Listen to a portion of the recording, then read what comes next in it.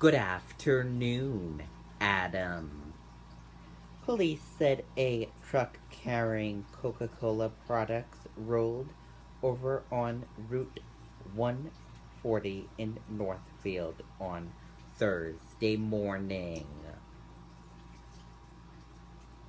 The road is open in that area, but traffic was reduced to one lane.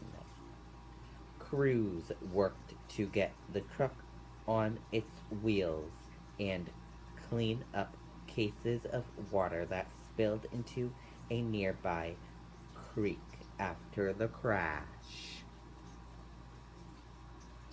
A bug got into the driver's glasses, causing him to drift to the side of the road, hit the guardrail, and go down the embankment, said. Officials said the driver was hospitalized with minor injuries.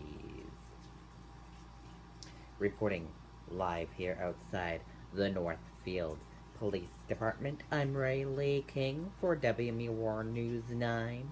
Adam, back over to you.